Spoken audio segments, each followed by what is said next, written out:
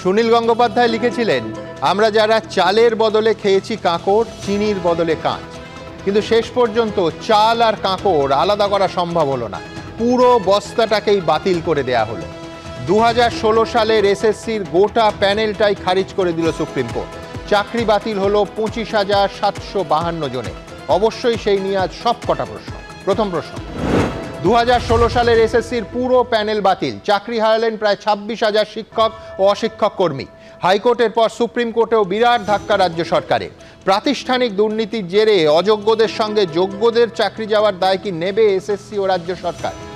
দ্বিতীয় প্রশ্ন, বাচ্চার পড়াশুনো, বয়স্ক বাবা মা চিকিৎসা, ইএমআইয়ের বোঝা, চাকরি হারিয়ে হাহাকার যোগ্যদের, পুরো দায় রাজ্য সরকারের, বলছেন চাকরিহারাদের একাংশ। পরীক্ষা নিয়ামক সংস্থা হওয়া সত্ত্বেও কেন যোগ্য অযোগ্যদের সঠিক তালিকা দিয়ে কোনো আদালতকেই সন্তুষ্ট করতে পারল না এসএসসি?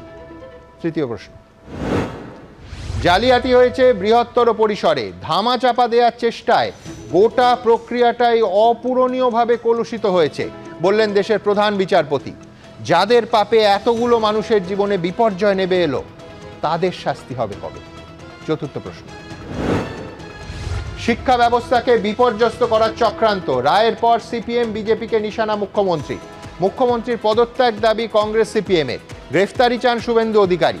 শিক্ষা দুর্নীতিতে সুপ্রিম কোর্টের এই রায়ে রাজনৈতিক লাভ তুলতে চাইছে বিরোধী পক্ষ। পঞ্চম প্রশ্ন, অতিরিক্ত শূন্যপদ তৈরি নিয়ে আগামী মঙ্গলবার সুপ্রিম কোর্টে শুনানি। শুনানির আগের দিনই চাকরিহারাদের সংগঠনের সঙ্গে বৈঠকে বসছেন মুখ্যমন্ত্রী। রাজ্য মন্ত্রিসভার ভূমিকায় সিবিআই তদন্ত নিয়ে সুপ্রিম কোর্টে কি বহাল থাকবে হাইকোর্টের নির্দেশ? ষষ্ঠ প্রশ্ন, এসএসসি স্বশাসিত সংস্থা, আমরা হস্তক্ষেপ করি না। প্রায় 26,000 চাকরি বাতিলের পর দাবি মুখ্যমন্ত্রী।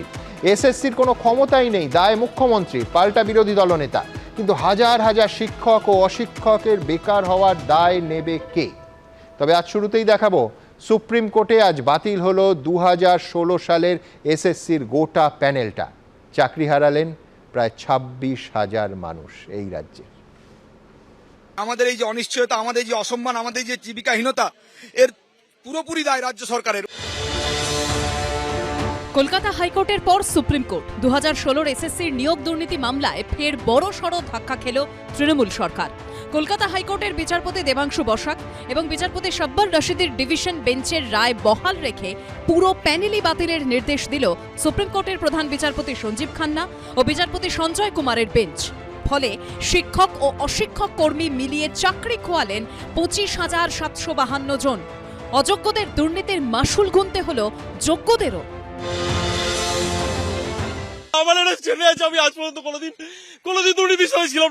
সুপ্রিম কোর্টের প্রধান বিচারপতি এদিন বলেছেন, এখানে পুরো বাছাই প্রক্রিয়াটি কলঙ্কিত এবং সমাধানের বাইরে। বৃহত্তর পরিসরে জালিয়াতি হয়েছে, তা ধামাচাপা দেওয়ার চেষ্টা করার ফলে বাছাই প্রক্রিয়াটি অপূরণীয়ভাবে কলুষিত হয়েছে। নির্বাচন প্রক্রিয়ার বৈধতা এবং বিশ্বাসযোগ্যতা ক্ষুণ্ণ হয়েছে। প্রধান বিচারপতি এও বলেছেন, আমরা হাইকোর্টের নির্দেশের কিছু পরিবর্তন করেছি, কিন্তু হাইকোর্টের নির্দেশে হস্তক্ষেপ করার মতো কোনো কারণ খুঁজে পাইনি। পাশাপাশি সুপ্রিম কোর্ট নির্দেশ দিয়েছে, যারা অযোগ্য হিসেবে চিহ্নিত বা দাগি, তাদের চাকরি বাতিলের সঙ্গে বেতনও ফেরত দিতে হবে। যাদের চিহ্নিত করা যায়নি, তাদের বেতন ফেরত দেওয়ার প্রয়োজন নেই। রায়ের কপির 47 নম্বর পরিচ্ছেদে বলা হয়েছে, যারা আগে রাজ্যের বিভিন্ন সরকারি বা স্বশাসিত সংস্থায় কাজ করতেন, তাদের আগের সংস্থায় চাকরি চালিয়ে যাওয়ার জন্য আবেদনের অধিকার থাকবে। তাদের আবেদনপত্র 3 মাসের মধ্যে খতিয়ে দেখতে হবে নিয়োগকারী সরকারি বা বেসরকারি সংস্থাগুলিকে। ওই সব প্রার্থীদের আগের পদে কাজ শুরু করার অনুমতি দিতে হবে। চাকরি ছাড়া এবং পুনরায় যোগদানের মধ্যেকার সময় ব্রেক ইন সার্ভিস হিসেবে বিবেচিত হবে না। চাকরিতে তাদের সিনিয়রিটি ও অন্যান্য প্রাপ্য অটুট থাকবে এবং তারা বেতন বৃদ্ধির জন্যও বিবেচিত হবেন। অযোগ্য আলাদা করা এই জন্যই সম্ভব হলো না, কারণ সুপ্রিম কোর্ট পরিষ্কার বলল, যে পরিমাণ দুর্নীতি হয়েছে এখান থেকে যোগ্যকে অযোগ্যকে বাছাই করা অসম্ভব। এবং তার ওপরও এসএসসি বা রাজ্য কোনোভাবেই সেরম ডকুমেন্টস দেয়নি যেখান থেকে প্রমাণ হয় যে এরা একেবারে যোগ্য, এরা কোনোভাবে টেন্টেড না এবং এরা কোনো দুর্নীতি করেনি। চাকরি হারানো প্রার্থীরা যখন রাজ্য সরকারকে দায়ী করছে, তখন মুখ্যমন্ত্রী আবার দায় ঠেলার চেষ্টা করেছেন বিরোধীদের ঘাড়ে। জাজকে রেসপেক্ট করে বলছি, আমি জাজমেন্টটা মেনে নিতে পারছি না। এডুকেশন সিস্টেমটাকে কোলাপস করতে চাইছেন বিজেপি সিপিএম।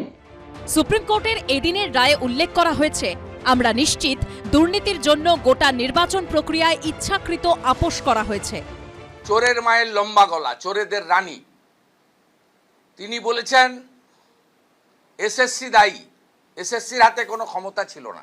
দুর্নীতি হয়েই ক্ষান্ত থাকছে না, এই দুর্নীতিকে ধামাচাপা দেওয়ার জন্য আমার আপনার ট্যাক্সের টাকা নিয়ে হাইকোর্ট সুপ্রিম কোর্টে লক্ষ লক্ষ কোটি কোটি টাকা খরচ করেও যাচ্ছে। 1 বছর সময় পেয়েছিল আমাদের রাজ্যের সরকার যে কারা যোগ্য কারা যোগ্য না তা স্পষ্ট করুন। 1 বছর লেগে গেল, সরকার যোগ্য অযোগ্য স্পষ্ট করতে পারলো না। কত টাকা খেয়েছে? এদিন সুপ্রিম কোর্টের প্রধান বিচারপতি সঞ্জীব খান্না বলেন, যে সমস্ত চাকরি প্রাপক কলঙ্কিত নন, তাঁরা আগে যে সমস্ত সরকারি দপ্তরে কাজ করতেন সেই পুরনো জায়গায় কাজ করতে পারবেন। সৌভিক মজুমদার, বিজেন্দ্র সিংহ ও কৃষ্ণেন্দু অধিকারীর রিপোর্ট, এবিপি আনন্দ। আজ থেকে 500 বছর আগে পঞ্চদশ শতকে বাংলার সুলতান গিয়াসউদ্দিন আজম শাহের সভাকবি ছিলেন শাহ মোহাম্মদ শাগির। তিনি লিখেছিলেন, ওস্তাদে প্রণাম করো, পিতা হন্তে বারো, অর্থাৎ পিতার থেকেও বেশি সম্মান করো নিজের শিক্ষককে। সেই বাংলায়, ভারতবর্ষের সেই একই প্রদেশে আজ শিক্ষকের সম্মানকে কোথায় এনে নামিয়েছে এই বেলাগাম দুর্নীতি। কাদের পাপে আজ চোখের জল ফেলতে হচ্ছে অসংখ্য চাকরি প্রাপককে, যারা নিজেদের যোগ্যতায় মাথার ঘাম পায়ে ফেলে একটা চাকরি পেয়ে সংসারের হালটা ধরেছিলেন। তাদের এই চরম দুরবস্থার জন্য দায়ী কে? তাদের সবার শাস্তি হবে তো? আজ সুপ্রিম কোর্টের রায়ের পর এই প্রশ্নগুলো আবার উঠবে। আমি এই অনুষ্ঠান শুরু করব এই মামলার অন্যতম আইনজীবী সুদীপ্ত দাশগুপ্তকে দিয়ে। আমার প্রথম প্রশ্ন থাকবে, দেখুন, প্রায় 26,000 শিক্ষক শিক্ষিকা এবং শিক্ষাকর্মীদের চাকরি সুপ্রিম কোর্টের মাননীয় প্রধান বিচারপতির বেঞ্চের কলমের এক খোঁচায় নাকচ হয়ে গেল। কেন গেল? একেবারে স্পষ্ট, ছত্রে ছত্রে 41 পাতা দীর্ঘ রায়ে ছত্রে ছত্রে মাননীয় প্রধান বিচারপতির বেঞ্চ তা বলে দিয়েছে। রায়ের 20 নম্বর পয়েন্টে আমি আসবো সুদীপ্ত, 18 নম্বর পাতায়, যেখানে মাননীয় প্রধান বিচারপতি সঞ্জীব খান্না এবং মাননীয় বিচারপতি সঞ্জয় কুমারের বেঞ্চ বলছে, in our opinion this is a case wherein the entire selection process has been vitiated and tainted beyond resolution. Manipulation and frauds on a large scale, coupled with attempted cover-up, লক্ষ্য করুন শব্দগুলো, have dented the selection process beyond repair and partial redemption. আমি ঠিক এই জায়গা থেকে, অর্থাৎ এই যে আজকে যোগ্য চাকরি প্রাপকদেরও চোখের জল ফেলতে হচ্ছে, তাদের জীবনটাও একই রকমভাবে তছনছ হয়ে যাচ্ছে। এখানে দুর্নীতি শুধু হয়েছে তা নয়, সরকারি সংস্থা শুধু দুর্নীতি করেছে তা নয়, দুর্নীতিটাকে প্রাণপণ ধামা চাপা দেওয়ার চেষ্টা হয়েছে। এই কাভার আপ শব্দটাই রায় যে কতবার ব্যবহার করা হয়েছে। আমি যদি 37 পাতায় আসি, 42 নম্বর পয়েন্টে বলা হচ্ছে, West Bengal school service commission initially did try and cover up the lapses and illegalities. ছত্রে ছত্রে এই কাভার আপের কথা। সুদীপ্তর সময় শুরু এখন। দেখুন সুমনদা, প্রথমেই বলি, আপনি 20 নম্বর প্যারাগ্রাফ পড়লেন। এই জাজমেন্টের 20 নম্বর প্যারাগ্রাফ থেকে যদি আপনি পড়তে থাকেন, অনেক জায়গায় দেখবেন যে কেন এই নিয়োগ প্রক্রিয়াটা পুরোটা বাতিল হলো। অনেকে বলছে যে এই তো কাকড় তো বাছা গেছে, তাদের তো মাইনে ফেরত দিতে হবে, তাহলে পুরোটা কেন বাতিল হলো? প্রথম পুরোটা কেন বাতিল হলো তার জন্য যদি 37 নম্বর প্যারাগ্রাফটা আসা যায়, ওইখানে বলছে যে সিবিআই কি ইনভেস্টিগেশন করেছিল। সিবিআই ইনভেস্টিগেশন করেছিল ব্ল্যাঙ্ক ওয়েমার, সিবিআই ইনভেস্টিগেশন করেছিল এক্সপায়ারি অফ প্যানেলের পরে কারা চাকরি পেয়েছে, সিবিআই ইনভেস্টিগেশন করেছিল যে কারা প্যানেলে না থেকে চাকরি পেয়েছে। কিন্তু এই 37 নম্বর প্যারাগ্রাফে যে টেবিল দেওয়া হয়েছে, সে টেবিল থেকে পরিষ্কার। আমি একটা এক্সাম্পল দিচ্ছি, ধরুন 9-10-এ ভ্যাকেন্সি হচ্ছে 100, চাকরি পেয়েছে 110। আমি এক্স্যাক্ট ফিগারটা বলছি, 9-10-এ ভ্যাকেন্সি হলো 11,425, চাকরি পেয়েছে 12,948। কী করে? এই যে এক্সট্রা 1,000 জন চাকরি পেল, তা সেই 1,000 জন কারা, সেই তালিকা একমাত্র জানতো কিন্তু এসএসসি বা বোর্ড বা রাজ্য সরকার।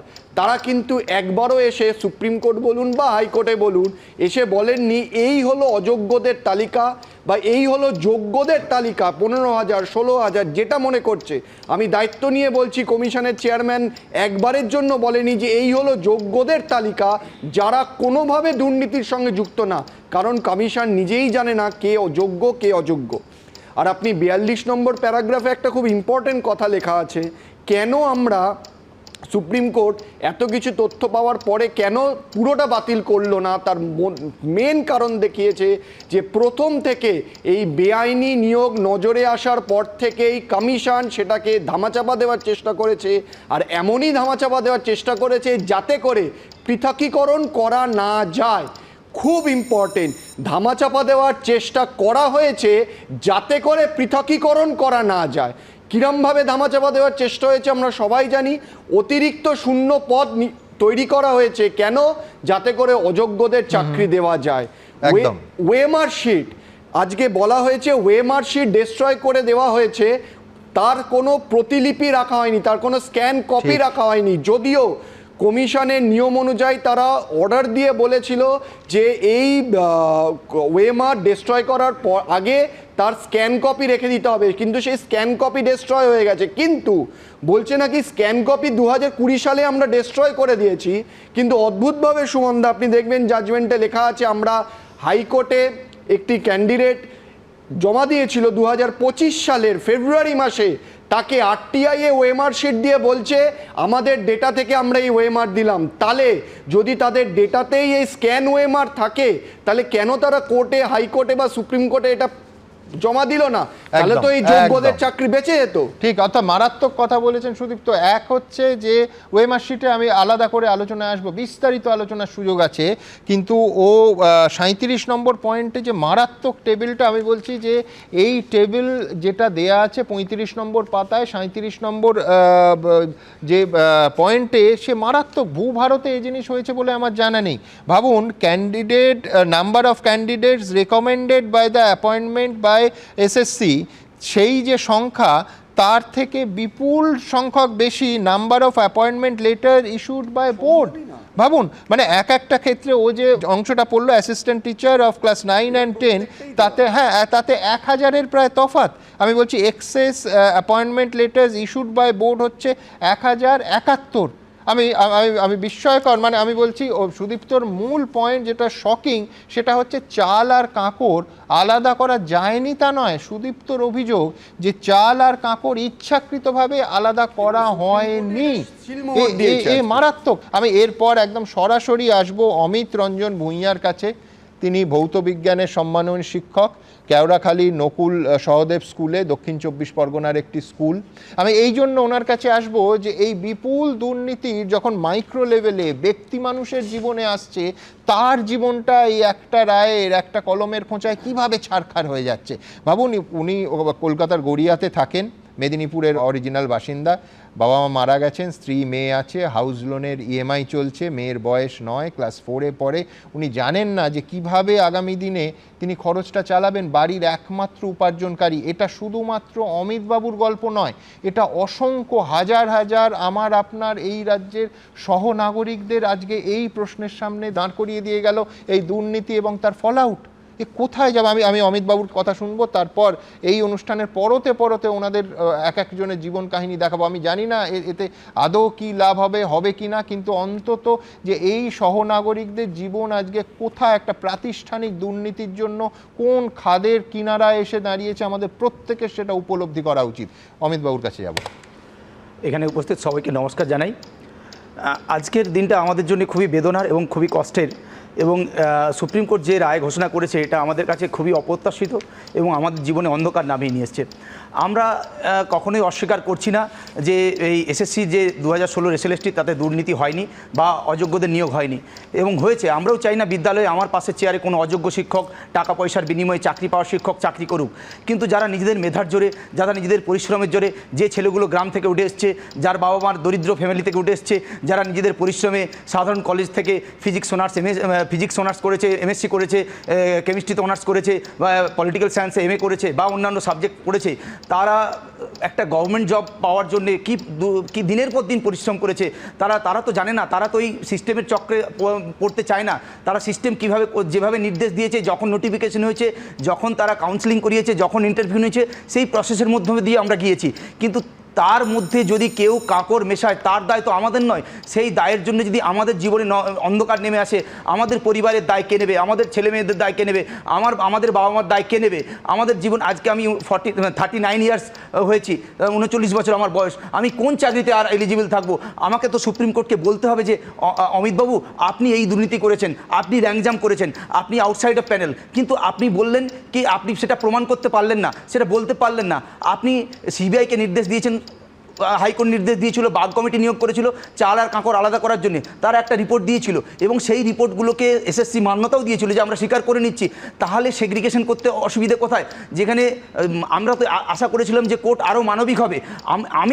আমাদের তরফ থেকে বলছি যে আপনাদের যদি অসন্তুষ্ট থাকে, কোনো জায়গায় কোনো আরও ইনভেস্টিগেশন করার কোনো প্রয়োজনীয়তা থাকে, আপনারা আবারও রিইনভেস্টিগেট করতে পারতেন, আবারও কোনো কমিশনকে দিয়ে তদন্ত করাতে পারতেন। কিন্তু তা না করে আজকে যে 40 বছর, 42 বছর, 45 বছর অনেকে অন্যান্য চাকরি ছেড়ে, ভালো চাকরি ছেড়ে এসছে, পিএইচডি করেছে, এমএসসি করেছে, বিএড করেছে, তো তারা কোথায় যাবে? তাদের পরিবারের দায়িত্ব কে নেবে? আমি এখন বলছেন যে 3 মাসের মধ্যে আবার পুনরায় নিয়োগের পক্ষে। আপনি বলুন তো 8 বছর আগে যে পরীক্ষাটা আমি দিয়েছি, যে মানসিকতা নিয়ে, যে পরিশ্রম করে, যে মানসিক স্থিরতা নিয়ে, যে প্রিপারেশন নিয়ে, আমি এই আবার 8 বছর পরে সেই পরীক্ষাটা পাস করতে পারবো? কেউ পারবে কি? যে বিচারপতি রায়টা দিচ্ছেন তিনি কি, তাকে যদি আজকে আমি বলি যে আপনি এই পরীক্ষাটা আবার দিন, উনি কি পাস করতে পারবেন? পারবেন না। তাহলে আপনি যখন চাল আর কাকড় তো অনেকটা আলাদা করেছেন, আমাদেরকে তো 12% সুদে হারে বেতন ফেরত দিতে বলেননি, আপনি তো একটা সেগ্রিগেশন করেই দিয়েছেন। আপনি যে সিবিআই রিপোর্টের কথা বলছেন, সেখানে হ্যাশ ভ্যালু এবং মেটাডাটা সিবিআইয়ের আইনজীবী 10 তারিখে, ফেব্রুয়ারি 10 তারিখে একদম জোরের সঙ্গে বলেছে যে দিস ওএমআর ইজ জেনুইন এবং authenticate, there is no tampering. তাহলে আপনারা কাকে ভরসা করবেন? তাহলে কি আপনারা বলবেন যে আরো কোনো দুর্নীতি থাকতে পারে? এর বিশেষ কি বিচার হতে পারে? গুরুত্বপূর্ণ পয়েন্ট তুলে ধরছেন, যেটা শুধু অমিত বাবুর প্রশ্ন নয়, সেটা হচ্ছে এই 26,000-এর মধ্যে যারা একটা বড় অংশ যোগ্য, আমরা বারবার বলছি, তাদের প্রত্যেকের জীবন যুদ্ধে, জীবন সংগ্রামে এই খাদের ধারে এসে দাঁড়িয়ে এই প্রশ্নগুলো একেবারে ভেতর থেকে উঠে আসছে। লক্ষ্য করবেন অমিত বাবুর যে প্রথম 2-3টে বাক্যের মধ্যে উনি বললেন গভর্নমেন্ট জব, উনি কিন্তু বললেন না এসএসসি জব। এইটাই হচ্ছে তফাৎ। যখন একজন যোগ্য মানুষ পরীক্ষা দিচ্ছেন, তার গোটা সরকারি চাকরির জন্য বছরের পর বছর, মাসের পর মাস রাত জেগে নিজেকে প্রিপেয়ার করছেন, তিনি কিন্তু একটা সরকারি চাকরির জন্য যাচ্ছেন। তিনি এসএসসি সেই পরীক্ষা নিচ্ছে না, অন্য কোনো সংস্থা নিচ্ছে না, থার্ড পার্টি খাতা দিচ্ছে, সে নিয়ে বদার নন। তার কারণ ওই সরকারি চাকরি শব্দটার মধ্যে একটা আশ্বাস আছে, একটা ভরসার জায়গা আছে। সেই ভরসার ভিতটা কোথাও একেবারে নড়ে গেল আজকে। সুদীপ তো যে অংশগুলো বলছিল ওএমআর শিট, প্রথমে হচ্ছে 1 বছর সংরক্ষণের বিষয়টা করা হলো এবং তার মধ্যে স্ক্যান্ড কপি অবধি ধ্বংস করা হলো। সত্যি ধ্বংস করা হয়েছে? এ প্রশ্ন তো বারবার বিভিন্ন পরতে উঠে এসছে যে ধ্বংস যদি করা হয় বা 1 বছর সময়সীমার মধ্যে সেটাকে কমিয়ে সেই সময়সীমায় বেঁধে দেওয়া হয়, তার পেছনে কি পরিকল্পিতভাবে প্রি প্ল্যান্ড চাকরি বিক্রির চক্র কাজ করেছে? অর্থাৎ আমি চাকরি বিক্রি করব বলে আমি স্ক্যান কপিগুলো ধ্বংস করেছি, অথবা সেইগুলো ধ্বংস করিনি, আমি কোর্টকে জানিয়েছি যে সেগুলো আর পাওয়া যাচ্ছে না। তার কারণ ওই স্ক্যান কপিগুলো পেলেই কিন্তু দুধ কা দুধ পানি কা পানি হয়ে যেত। কে যোগ্য আর কে অযোগ্য দিনের আলোর মতো পরিষ্কার হয়ে যেত। যেটা নিম্ন আদালত থেকে হাইকোর্ট, হাইকোর্ট থেকে সুপ্রিম কোর্ট, কোথাও এই আশ্বাস, এই আলো, এই তালিকা এসএসসি দিতে পারেনি। আমার পরের প্রতিবেদন ঠিক এই জায়গাটা নিয়ে, তারপর আমি অন্য প্রসঙ্গে আসবো।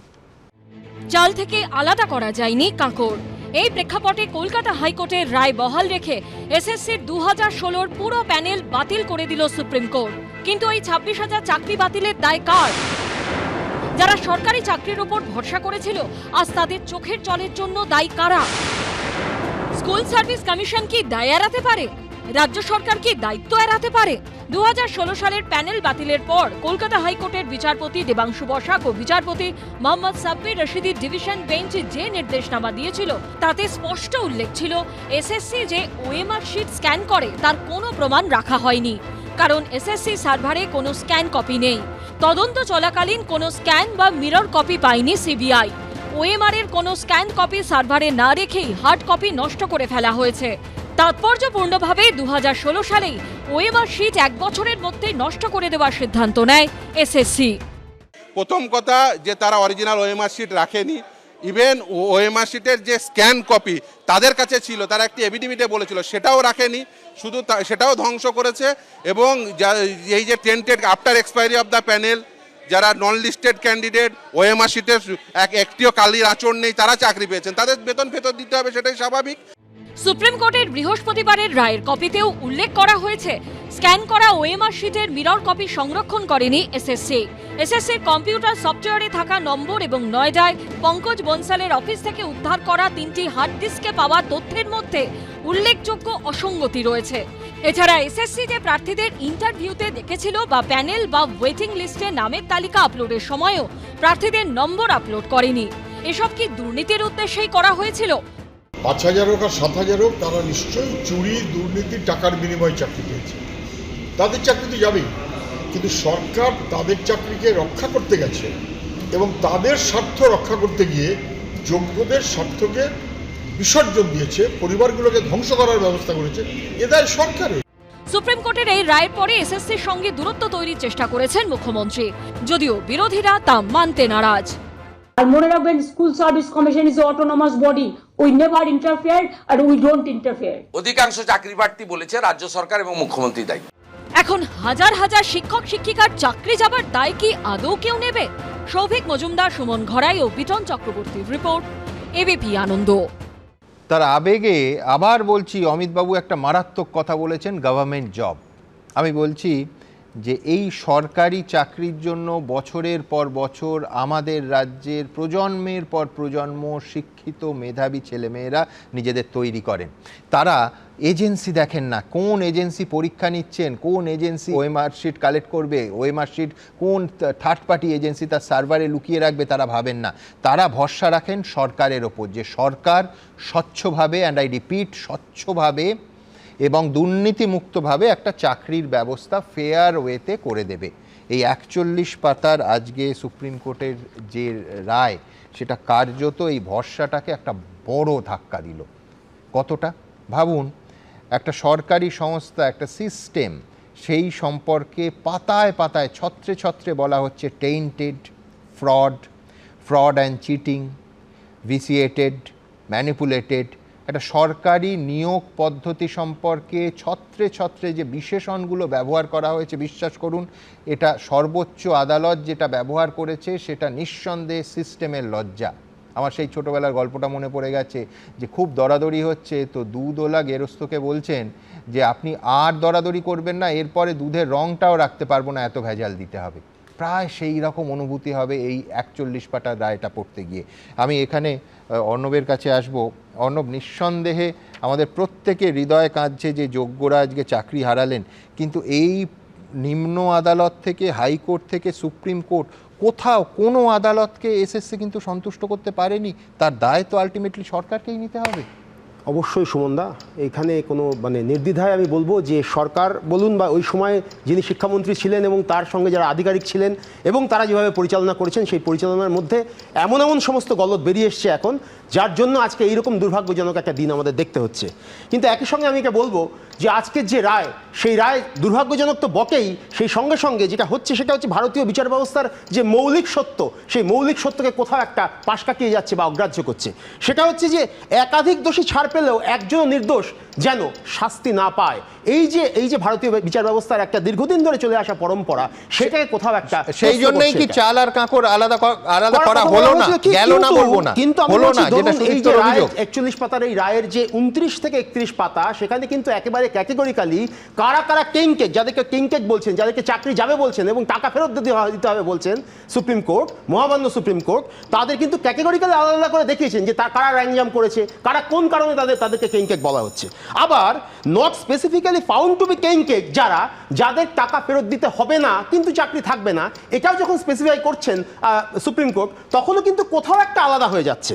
আবার একই সঙ্গে দেখুন, যোগ করি, আপনাকে বাড়তি সময় দেব, কিন্তু আমি বলছি যে যদি এই তালিকা এতই সহজ হয়, তাহলে এসএসসি নিম্ন আদালত থেকে, হাইকোর্ট থেকে সুপ্রিম কোর্টে কোথাও যোগ্য অযোগ্যদের আলাদা করে তালিকা দিল না কেন?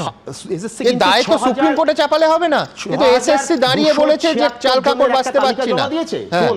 আবার সিবিআইও একটা তালিকা জমা দিয়েছিল, এই দুটো মিসম্যাচ করছে।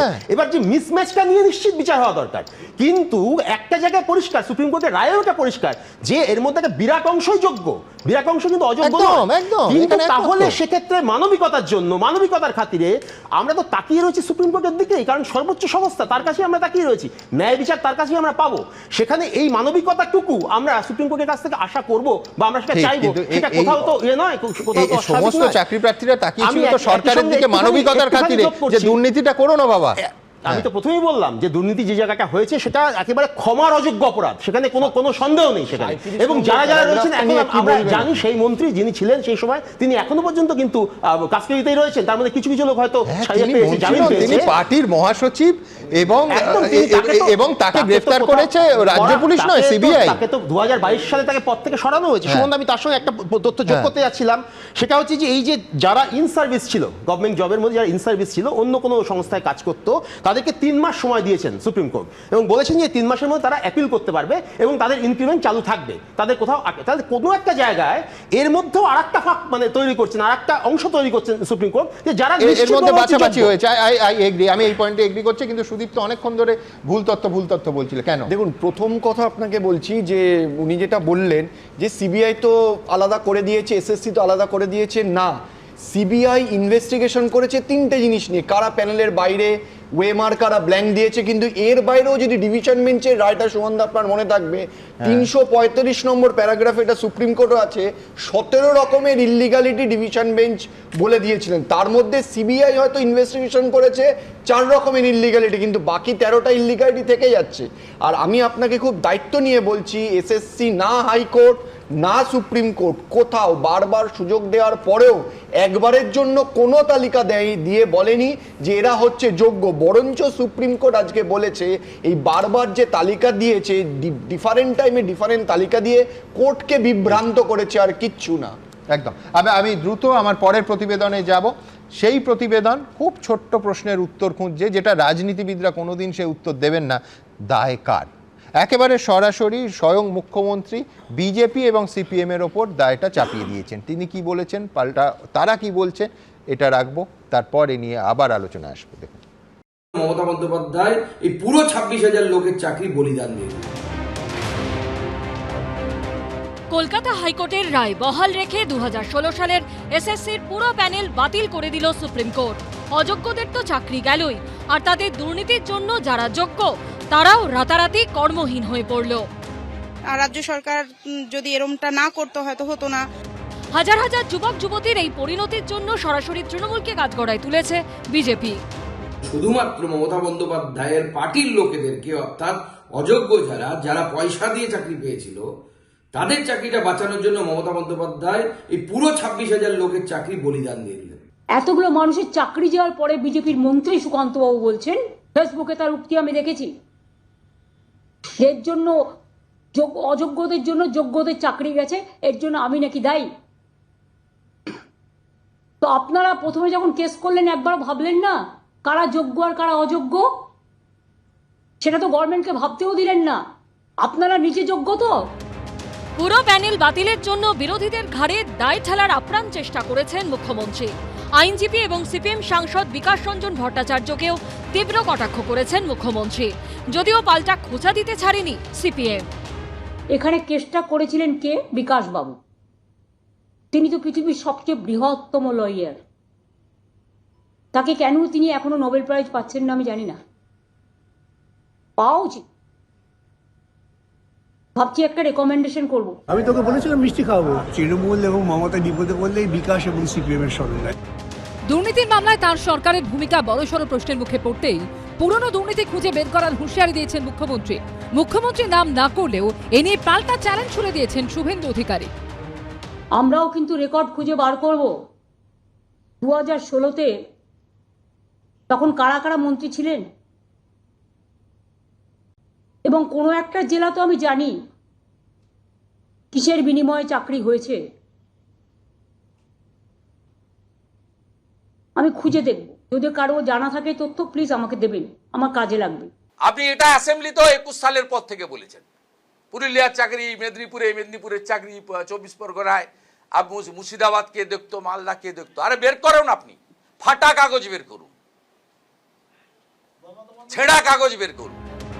বিরোধী থেকে চাকরিহারারা যখন তাদের এই পরিস্থিতির জন্য রাজ্য সরকারকে দায়ী করছে, তখন 7ই এপ্রিল নেতাজি ইন্ডোর স্টেডিয়ামে ডিপ্রাইভড টিচার্স অ্যাসোসিয়েশনের সভায় যোগ দেবেন মুখ্যমন্ত্রী।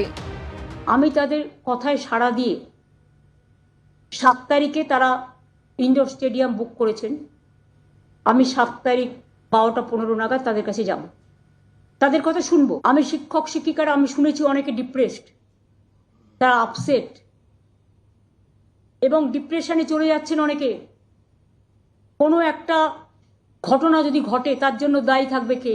এই হতাশা থেকে, এই অবসাদ থেকে তারা কোন পথে এগোবে আমার জানা নাই, কিন্তু আমি শঙ্কিত। এটা দারুণভাবে প্রভাব পড়েছে বাংলার সমাজে। তার জন্য একমাত্র দায়ী যদি কেউ হন, তার নাম বাংলার মুখ্যমন্ত্রী মমতা ব্যানার্জি। রাজনীতি চলছে, কিন্তু এই মানুষগুলোর সংসার এখন চলবে কি করে? যারা যোগ্য তাদের কি দোষ? হাহাকারের মধ্যে বারবার ফিরে আসছে সেই প্রশ্ন।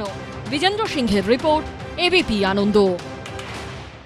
দেখুন, শাসক দল তৃণমূল কংগ্রেস তাদের সোশ্যাল মিডিয়া উইংয়ে একেবারে অফিসিয়ালি সুপ্রিম কোর্টের মাননীয় প্রধান বিচারপতির বেঞ্চ যে রায় দিয়েছে তা নিয়ে প্রশ্ন তুলেছে। কোট আনকোট, এই রায় কি সম্পূর্ণ রাজনৈতিক স্বার্থে দেওয়া হলো? কিন্তু মুখ্যমন্ত্রী সরাসরি বিজেপি এবং সিপিএমকে এর জন্য দায়ী করছেন। মুখ্যমন্ত্রী বলছেন, আমি বিশ্বাস করি এটা বিজেপি করিয়েছে, সিপিএম করিয়েছে, এর জবাব তারা আগামী দিনে পাবে। মুখ্যমন্ত্রী বলছেন, এই পরিবারগুলো যদি অচল হয়ে যায় তাহলে বিজেপি সচল থাকবে না। কেয়া ঘোষের কাছে, আমার পরবর্তী বক্তার কাছে যাব। সবার আগে বলি, সুমন, মমতা বন্দ্যোপাধ্যায় জিজ্ঞাসা করছেন দায় কার, আপনি জিজ্ঞাসা করছেন দায় কার। আমি বলছি যে সরকার আপনার, এসএসসি আপনার, দুর্নীতি আপনার, আর দুর্নীতির দায়ও আপনার, আপনার এবং শুধুমাত্র আপনার। জেনে রাখুন মমতা বন্দ্যোপাধ্যায়, আজকে আপনি বলছেন মুখ্যমন্ত্রী না, সুমন, মুখ্যমন্ত্রী নন উনি। উনি নবান্ন থেকে বসে সিএমএস চেয়ারে বসে দলের সুপ্রিমো, আজকে আমি তার বক্তব্য শুনলাম। কোন মুখ্যমন্ত্রী দলীয় চেয়ারে, প্রশাসনিক চেয়ারে বসে তিনি বলছেন বিজেপি, বাম, এই সব গান গাইছেন।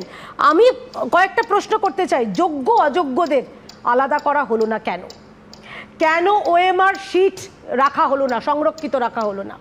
আবার ওএমআরের যে থার্ড পার্টি, ওই নাইসা, তাকে যে টেন্ডার দেওয়া হয়েছিল, কেন সবার থেকে অলক্ষ্যে, কী কারণে শুধুমাত্র নাইসাকে দেওয়া হয়েছিল? কেন ব্ল্যাঙ্ক খাতা, যারা সাদা খাতা যারা জমা দিয়েছিল তাদেরকে চাকরি দেওয়া হলো? কেন যারা ব্ল্যাঙ্ক, ওই ওএমআর শিট থেকে র্যাঙ্ক যারা শূন্য পেয়েছিল? একটা পোস্ট দেখছি, একজন বাঁকুড়ার একজন তৃণমূল নেতা, অশেষ কি নাম তার, তিনি নাকি ব্ল্যাঙ্ক ওএমআর খাতা জমা দিয়ে তার ওএমআর শিটে প্রাপ্য নম্বর 0, তিনি চাকরি করছেন। আর ভুগতে হচ্ছে ভাই অমিতদের মতন অগণিত মানুষদের। এই কিন্তু অমিত বাবুরা এই প্রশ্ন করছে যে সিবিআই কেন আলাদা করতে পারবে না? আমি আসছি। সিবিআই তাদের মতন করে উত্তর দিয়েছিলেন এবং আপনারাও জানেন সিঙ্গেল বেঞ্চের উত্তর মানেননি। যে 8,000 যে বক্তব্য দেওয়া হয়েছিল বাক কমিটির রিপোর্ট অনুযায়ী, সেই 8,000টাকে তিনি নিয়ে গেলেন সুপ্রিম কোর্টে শটান। আজকে মুখ্যমন্ত্রী মিথ্যাচারিতা করছেন, আমার বলতে লজ্জা লাগছে। আপনি মিথ্যাবাদী মুখ্যমন্ত্রী, আপনি শুধুমাত্র রাজনীতি করছেন, সমবেদনা কাটাচ্ছেন, আর আপনি ওখানে বলছেন আমি সময় পাইনি। সুমন, 2 বছর সময় পেয়েছেন তিনি ওইখানে বসে, শুধুমাত্র এইখানে সিঙ্গেল বেঞ্চের রায়ের পরে উনি গেলেন সুপ্রিম কোর্ট, সুপ্রিম কোর্টের পরে এলো ডিভিশন বেঞ্চ, ডিভিশন বেঞ্চের পরে আবার গেল সুপ্রিম কোর্টের ডিভিশন বেঞ্চ, যারা সেই রায়ের নির্দেশ বহাল রাখলো। এটা থাপ্পড়টা কাদের গালে পড়লো? আপনাদের গালে, আপনার সরকারের গালে। আর আপনি একই সঙ্গে থাপ্পড়টা অমিত বাবুদের গালেরও পড়লো, যারা কোনো অপরাধ করেননি। আমি বলছি যে দাগী অপরাধী অপরাধ করবে, কিন্তু সিবিআই তো দুধে গোয়েন্দা, তারা তো ধরে আলাদা করবে। ইতিমধ্যে সুদীপ্ত বলে দিয়েছেন সিবিআই তাদের যে কাজটা করছেন, এবং এটা তো ট্রেলার, ফিল্ম তো বাকি হ্যাঁ সুমন।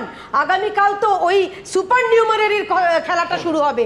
সুপার নিউমারি আমার কাছে সুমন, আমার কাছে কাগজটা রয়েছে, এটা সেই ক্যাবিনেট নোট, যে ওই ক্যাবিনেট নোটে মমতা বন্দ্যোপাধ্যায়ের নেতৃত্বে যে ক্যাবিনেট নোট বলা হয়েছিল সুপার নিউমারি তৈরি করে 5,241 তাদেরকে চাকরি দেওয়া হবে। কিসের জন্য?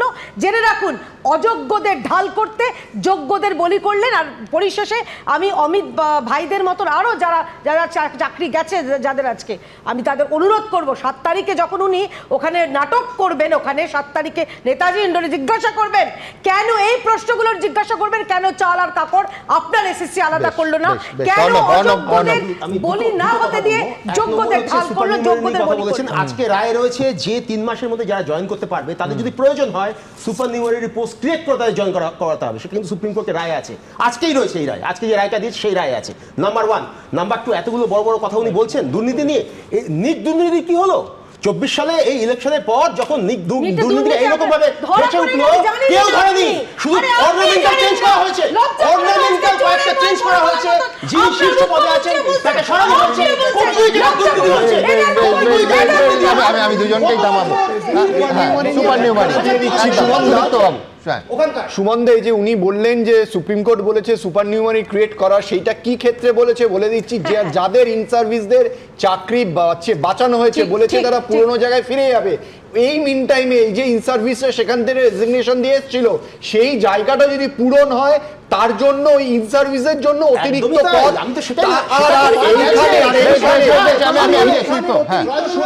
ক্রিয়েট করা হয়েছিল অযোগ্যদের চাকরি। আমি দুটোর মধ্যে সম্পূর্ণ আলাদা, কিন্তু প্রাতিষ্ঠানিক দুর্নীতি কেন বারবার আমরা বলছি, আমার পরের প্রতিবেদন কেন প্রাতিষ্ঠানিক দুর্নীতি।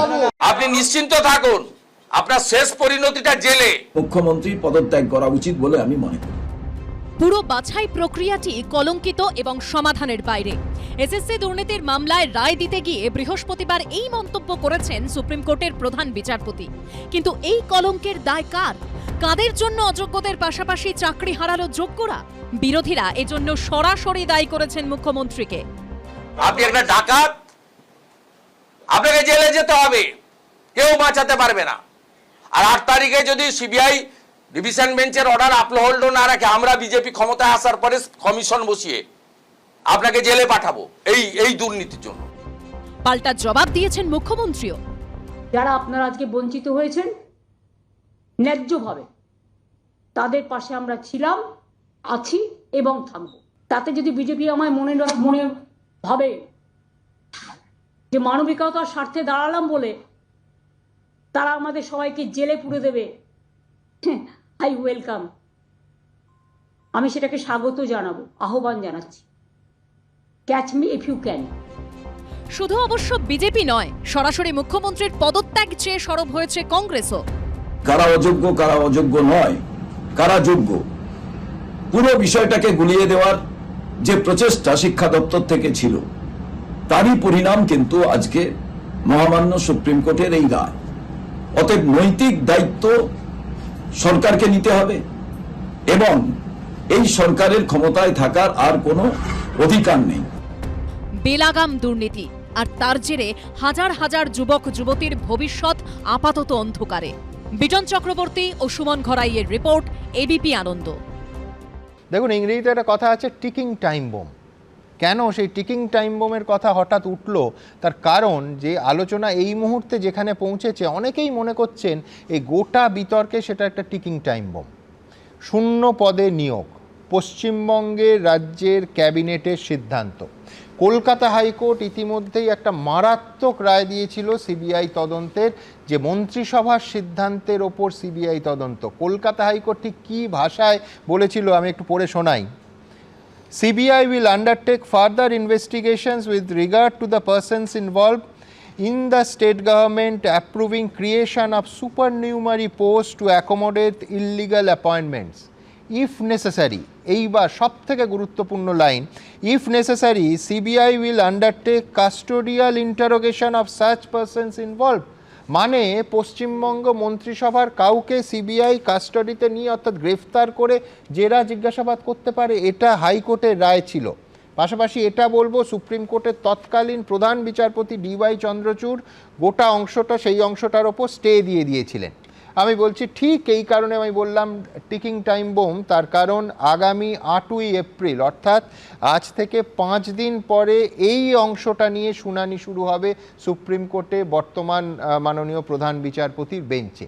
যেহেতু প্রসঙ্গটা এসে গেল, আমি অধ্যাপক রাজাগোপাল চক্রবর্তীর কাছে যাব যে কতটা মারাত্মক এবং রাজনৈতিকভাবে কতটা গুরুত্বপূর্ণ এই অংশটা নিয়ে আগামী 8 তারিখ থেকে শুনানি শুরু হওয়া। সুমন, এই সরকারের সঙ্গে প্রমাণ লোভ, ধামা চাপা এগুলো জড়িয়ে আছে। যাই হোক না কেন, প্রমাণ কী করে লোভ করব, ধামা কী করে চাপা দেবো? সুপ্রিম কোর্ট কিন্তু 22 নম্বর ধারায় বলছে কভারিং আপ, মানে কি সুন্দর করে কভার করা যায়। যারা সুপার নিউমেরিক পোস্টে গভর্নমেন্ট ক্যাবিনেট ডিসিশন নিল যে এই অযোগ্যদের কিভাবে চাকরি ফেরত দিতে হবে, যেটা ঘটে গেল যে ক্যাবিনেট একটা কভারিং আপ এক্সারসাইজের সঙ্গে যুক্ত হয়ে রইল। সুতরাং আমরা আশা করব যে এর যথাযথ তদন্ত হবে। কেন মানুষ জানতে চায় যে গুটিমাত্র কতিপয় লোকখানি জড়িত, না একেবারে সর্বোচ্চ সেরাই জড়িত। যেভাবে দেখুন, আপনি বললেন যে 500 বছর আগে কোনো মনীষী বলেছেন যে বাংলায় গুরু সম্মান। আমি তো বলবো আমাদের দেশে গুরু পূর্ণিমা কয়েক হাজার বছর ধরে, ওয়েস্টার্ন কান্ট্রিজে শিক্ষক দিবস শুরু হয়েছে মাত্র কয়েক বছর, চায়নাতে কনফুসিয়াস দিবস হতো। আমরা গুরুকে, শিক্ষককে সম্মান করি যুগ যুগ ধরে। সুতরাং সেই গুরুর অসম্মান হয়েছে, একেবারে ধুলোয় লুণ্ঠিত হয়েছে পশ্চিমবঙ্গ সরকারের এই কর্মলেপনায়। আমরা চাই যে যথাযথ প্রমাণ হোক এবং শাস্তি। দেখুন, আজকে যে রায়টা বেরোলো, মনে হচ্ছে যেন যারা চাকরি পেয়েছে তারাই অপরাধী, যারা যোগ্য তারাও অপরাধী। কিন্তু সুপ্রিম কোর্টের অর্ডার কোথাও ধরল না সত্যিকারের অপরাধীকে। তারা পয়সা নিয়ে যে তার আনন্দে ঘুরে বেড়াচ্ছে, এবং হয়তো নতুন যখন চাকরি হবে আবার নতুন করে পয়সা রোজগার তারা হয়তো করবে। সেই দিনগুলো কিছুদিনের মধ্যেই তাদের হাতে আসছে। হতাশা, দেখুন পশ্চিমবঙ্গের শিক্ষা জীবনের একটা বড় হতাশা। শিক্ষক হচ্ছে জাতির মেরুদণ্ড, মানে তারা প্রকৃত নাগরিক তৈরি করে, সেটাকে ভেঙে দাও। কি করে অযোগ্য লোকেরা ঢুকতে পারে, যথাযথ শিক্ষা না দিতে পারে, সেটাই প্রচেষ্টা। সেই প্রচেষ্টায় তারা কিছুটা তো সফল বটেই। তো যাই হোক, যে আজকের সুপ্রিম কোর্টের রায় বুঝিয়ে দিয়েছে কিভাবে প্রমাণ লোপের চেষ্টা হচ্ছে, অসাধারণ একাডেমিক এক্সারসাইজ করেছেন সুপ্রিম কোর্ট, আমি বলবো। তো যাই হোক, আমরা আশা করব যে রাজনৈতিক দলগুলো যে জায়গায় গেছেন তারা দাবি করছেন যে একেবারে যেখান থেকে এই কারাপশনের সৃষ্টি হচ্ছে সেই জায়গায় আঘাত করতে হবে। আমরা সেই দিন সে অপেক্ষা করে আছি। একেবারে আমি এইখান থেকে আমার পরের প্রতিবেদনে যাব, যেটাই অতিরিক্ত শূন্য পদের সৃষ্টি এবং যে অংশটার ওপর এখনো পর্যন্ত প্রাক্তন প্রধান বিচারপতি DY চন্দ্রচূড়ের বেঞ্চ স্টে দিয়েছে, সেই অংশের শুনানি শুরু হবে আগামী 8 তারিখ। পরের প্রতিবেদন। এসএসসিতে সুপার নিউমেরারি পোস্টের আড়ালেই কি সুপার জালিয়াতি হয়েছিল? রাজ্য সরকারের কারা অতিরিক্ত শূন্যপদ তৈরির ছাড়পত্র দিয়েছিলেন, তা নিয়ে কি তদন্ত চালিয়ে যাবে সিবিআই? এবার তা জানতে সবার নজর সুপ্রিম কোর্টের দিকে। 8 তারিখ সুপ্রিম কোর্টে এই সংক্রান্ত শুনানি রয়েছে। আপনার চিন্তা 8 তারিখ নিয়ে, অতিরিক্ত শূন্যপদ নিয়ে। আপনি সহ আপনার পুরো ক্যাবিনেট যদি ডিভিশন বেঞ্চের অতিরিক্ত শূন্যপদ ক্রিয়েশনের জন্য এই অর্ডার বলবৎ রাখে, সিবিআই বাধ্য হবে ঘাড় ধরে আপনাকে সহ আপনার পুরো ক্যাবিনেটকে জেলের ভিতরে ঢোকাতে। স্কুলে নিয়োগের ক্ষেত্রে সুপার নিউমেরারি পোস্ট অর্থাৎ অতিরিক্ত শূন্যপদ তৈরি নিয়ে শুরু থেকেই বিতর্ক তৈরি হয়। 2024-এর 22 এপ্রিল কলকাতা হাইকোর্টের বিচারপতি দেবাংশু বসাক এবং বিচারপতি মোহাম্মদ সাব্বার রশিদির বেঞ্চ এই নিয়ে একেবারে মমতা বন্দ্যোপাধ্যায়ের মন্ত্রিসভাকে বড়সড় প্রশ্নের মুখে ফেলে দেয়। কলকাতা হাইকোর্টের বিশেষ ডিভিশন বেঞ্চের রায়ের 269 নম্বর পৃষ্ঠায় স্পষ্ট বলা হয়, অতিরিক্ত শূন্যপদে নিয়োগ নিয়ে সিবিআই তদন্তের উদ্দেশ্য এটা সামনে আনা যে এক্ষেত্রে কি ধরনের দুর্নীতি হয়েছে, কত বড় দুর্নীতি হয়েছে এবং কারা কারা তাতে জড়িত। এটা চমকে দেওয়ার মতো যে জালিয়াতি করে পাওয়া চাকরি বাঁচানোর সিদ্ধান্ত নেওয়া হয়েছিল মন্ত্রিসভার মতো জায়গায়। রায়ের কপির 273 এবং 274 নম্বর পৃষ্ঠায় নির্দেশের অংশে বিচারপতিরা বলেন, বেআইনি চাকরি প্রাপকদের সুযোগ করে দিতে অতিরিক্ত শূন্যপদ তৈরি ছাড়পত্র দিয়েছিলেন রাজ্য সরকারের কোন ব্যক্তিরা, তা নিয়ে সিবিআই আরও তদন্ত চালাবে। প্রয়োজন পড়লে সিবিআই তাদের হেফাজতে নিয়ে জিজ্ঞাসাবাদও করতে পারবে।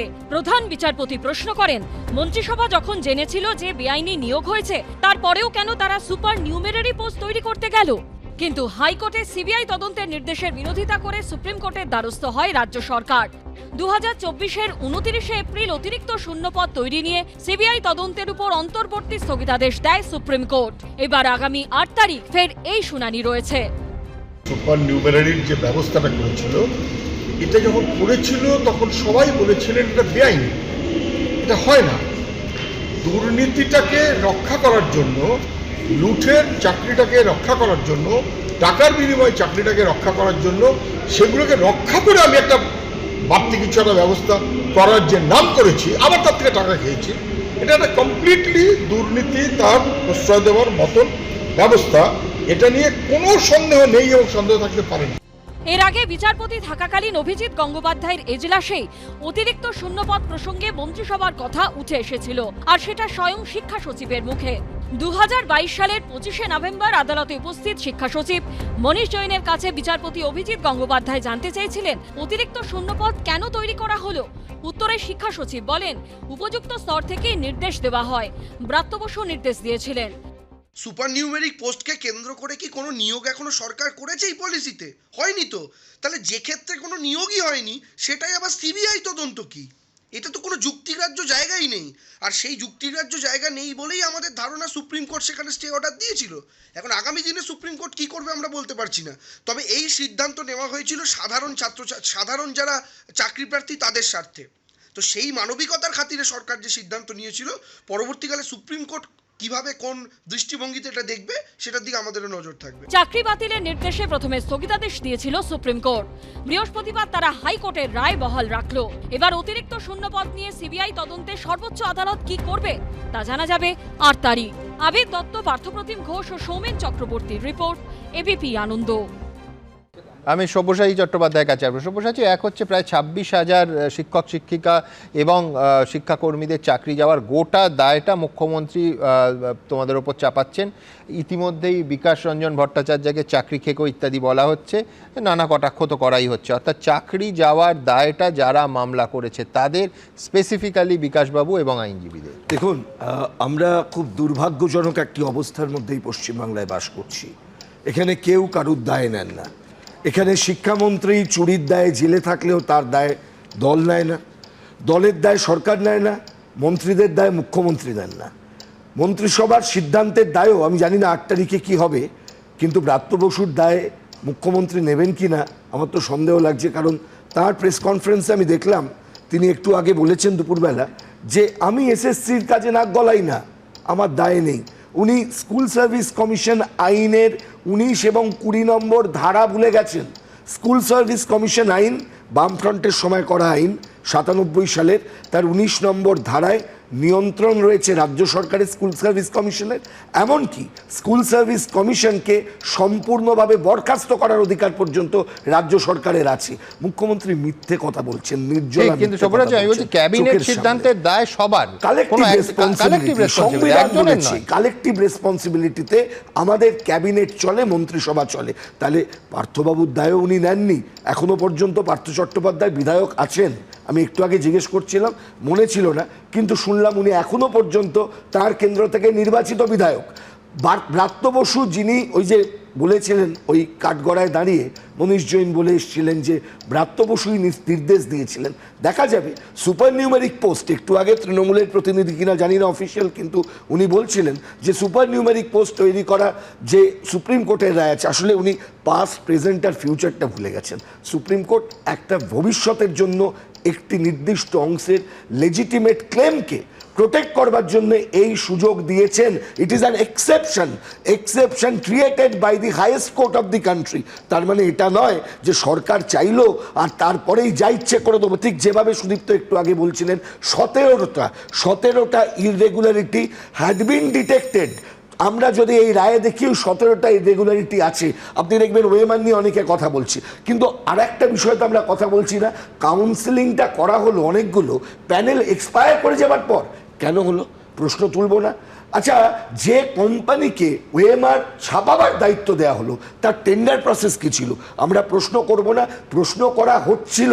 আসলে সুমনদা, যোগ্য শিক্ষক মহাশয়রা যারা আজকে চাকরি হারালেন তাদের জন্য কষ্ট এই কারণে হচ্ছে যে তাদের দায় নেব করে মুখ্যমন্ত্রী সব প্রশ্নের উত্তর দিলেন, কিন্তু আজকের এই রায়ের বিরুদ্ধে রাজ্যের সরকার বা এসএসসি সুপ্রিম কোর্টের কোনো রিভিউ পিটিশন বা কিউরেটিভ পিটিশন করবেন কিনা এই কথা বলবার সৎ সাহস দেখালেন না।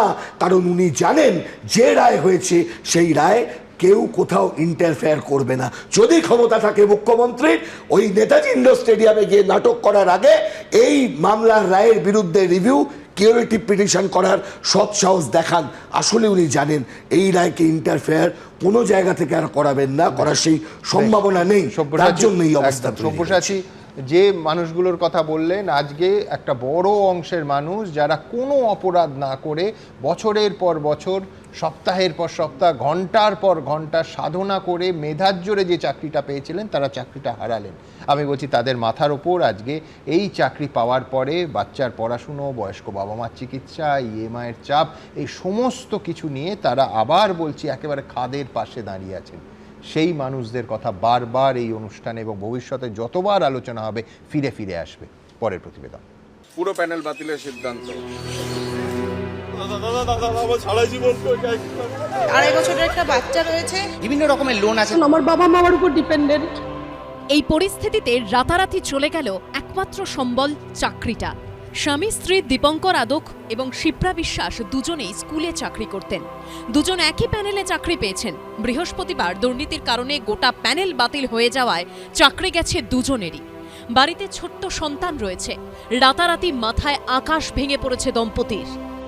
সবচেয়ে বেশি চিন্তিত ছেলের জন্য। আমার ছেলেটার কি হবে? যতদিন রিক্রুটমেন্ট হবে আমি খাবো কি? মানে কি করব জানি না। মানে বাবা মা রয়েছে যাদের ওষুধপত্র কেনা সবই আমাদের উপর ডিপেন্ড, খাওয়া দাওয়া সবকিছু আমাদের উপর ডিপেন্ড। এখন কি করব জানি না। বৃহস্পতিবার সকালে দক্ষিণ 24 পরগনার মথুরাপুরের কৃষ্ণচন্দ্রপুর হাই স্কুলে ক্লাস নিতে নিতে কয়েকজন জানতে পারেন তাদের চাকরি আর নেই। আজকে যে রায়টা দিয়েছে যেন মাথা থেকে বাজ পড়ার মতো অবস্থায়, কাল থেকে কি করব যে আমাদের ফ্যামিলি পর্যন্ত মানে যে ভেসে যাওয়ার মতো অবস্থা, লোন কিভাবে শোধ করবে এবং পরিবারকে কিভাবে রাখবো। কে ভেবেছিল এই পরিণতি হবে? কেউ ঘর বেঁধেছেন, কেউ আবার চাকরি পেয়ে নিয়েছিলেন গৃহ ঋণ। কোথা থেকে ইএমআই দেবেন ভেবে কুল কিনারা পাচ্ছেন না। আমার 3 বছরের বাড়িতে বাচ্চা আছে, আমার বাচ্চাকে কি খেতে দেবো জানি না। সর্বনাশ হয়ে যাবে, আমাদের মাথার ছাদ চলে যাবে, আমাদের বাচ্চা নিয়ে আমাদের পথে নামতে হবে। ইউনিভার্সিটির টপার, বাড়ি উত্তর 24 পরগনায়, চাকরি পেয়েছিলেন উত্তর দিনাজপুরের স্কুলে। পুরো প্যানেল বাতিল হওয়ায় চাকরি হারিয়েছেন সেই কৃষ্ণবৃত্তিকা নাথ। আজকে দিনের পর আমি জানি না যে আমার কি হবে। আমি ফার্স্ট ক্লাস ফার্স্ট, আমি গভর্নরের কাছ থেকে গোল্ড মেডেল নিয়েছি। তারপরে যদি আমাকে প্রমাণ করতে হয় আমি যোগ্য কি অযোগ্য, আমার কিছু বলার নেই।